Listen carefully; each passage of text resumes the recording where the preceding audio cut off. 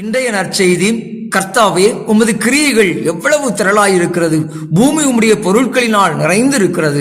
சங்கீதம் 104:24. கர்த்தாவே, உமது கிரியைகள் எவ்வளவு திரளாயிருக்கிறது என்று கூறும் சங்கீதக்காரன் அந்த அதிசயங்களை எண்ணி பார்க்க முடியாத அளவுக்கு நிறைந்திருக்கிறது என்று உணர்த்துகிறார்.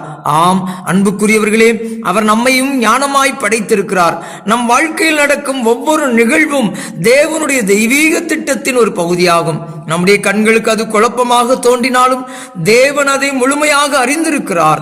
பூமி உம்முடைய பொருட்களினால் நிறைந்திருக்கிறது என்று சங்கீதக்காரன் சொல்கிறார். ஆம், தேவனுடைய ஆசீர்வாதங்கள் உங்கள் வாழ்க்கையும் நிரப்ப போகின்றன.